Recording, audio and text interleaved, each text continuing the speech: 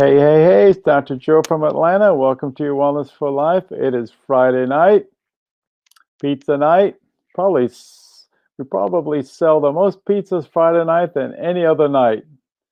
Don't quote me on that, but it's probably true. Saturday is probably the next most likely night to sell the most pizzas.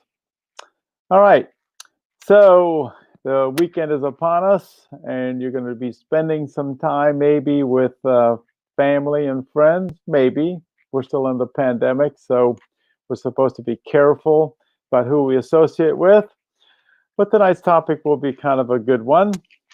And the question is, are you the average of the 5 people you spend the most time with? So here it is, the weekend. You got some friends maybe. This probably pertains mostly to adults, but I guess if you spend all your time with children, you might be influenced by just the goo goo gaga of the children. So where did all this come from? Where did the number 5 come from? Well, the number 5 came from Jim Rohn, a motivational speaker, author, entrepreneur, who said, you are the average of the 5 people you spend the most time with.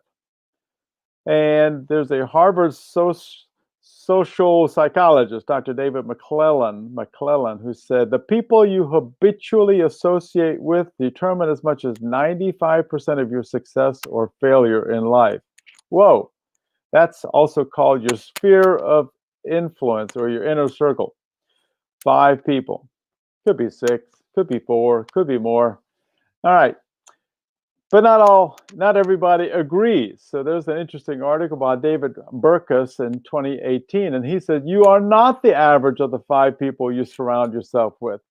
But when you dig into his article, he actually draws an interesting conclusion that actually says, researching the science of social networks, we are influenced by people around us for sure, but the influence doesn't stop anywhere near the 5 people you spend the most time with. He says it actually is much bigger. And you're not the average of 5 people. It's way bigger than that. You're the average of all the people that surround you. Now, he looked at the Framingham study, which was a big heart study done a long time ago. And they also looked at some other data, and they looked at obesity rates, they looked at smoking rates, and they looked at happiness rates.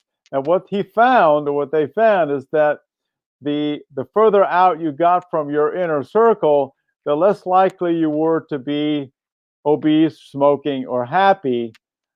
But that kind of makes sense. The further you get away from smokers, you're probably less likely to smoke. So it actually supports the notion that it is that inner circle, it's those 5, 6, 7 inner core people that you spend the most time with that will influence you. And looks like if your friends don't eat very well, you're probably not going to eat very well. You're more likely to be obese. Same thing with smoking. And same thing with people that are negative, making you unhappy, and maybe positive people that making you happy. Okay, so 5 lessons to learn from Jim Rohn's quote. You are the average of the 5 people you spend the most time with. Number 1, keep your critics around.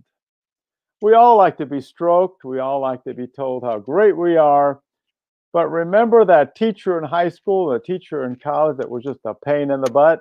The one that really rode you hard? The best teachers were always the hard teachers. So you want to keep some critics around, because constructive criticism is what makes you grow. We all want to grow, right? Not just inside. We want to grow in intellect and our abilities. So keep those critics around. Number 2, consider the company you keep both online and offline. Before the pandemic, most people had no idea, no clue of what Zoom was. Now everybody knows what Zoom is. A 5-year-old knows what Zoom is. And looks like those online associations have become even more and more important. They've become hugely popular. It's not uncommon for some people, closest friends, to be people they have never met in person. So now we're kind of breaking the rules a little bit. It's a little different than those 5 people that you drink beer with on a Friday night and have pizza. So people spend hours online chatting with others they've never met, and that can have great influence on their behavior. So obviously, it depends on what groups you hang out with. Uh, One group that you could hang out with is you could create like a mastermind group, and that would include people that you believe in your values, and this will help you gain collaborative perspectives and intelligence to positively influence your work and your life. So mastermind, pick your friends well. Number three, you can control the amount of time you spend with people. Surround yourself with people you admire. That will infect you with behaviors and attitudes that will help you succeed. You can control the amount of time you spend with people. You don't need to default to spending most of your time with family simply because you're related. If they're toxic in your life, you may want to minimize your exposure to them. Number four, you can't surround yourself with negative people and expect to have a positive life, or you need to at least minimize it. The lesson here is to actively construct your social environment and forge your own bubble. Forge your positive bubble. And number five, be one of the five people to someone else. That means to become a mentor. One of the best ways to learn is to teach, and putting yourself in a position to do so can be beneficial to you and to your mentee. So become a mentor.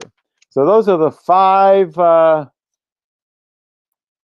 lessons to learn about how we are the average of the five people we spend the most time with. I hope you found that interesting. Hope you're having a great start of the weekend, Friday night, and we'll catch you all tomorrow. God bless. Dr. Joe from Atlanta, to your Wellness for Life. Bye.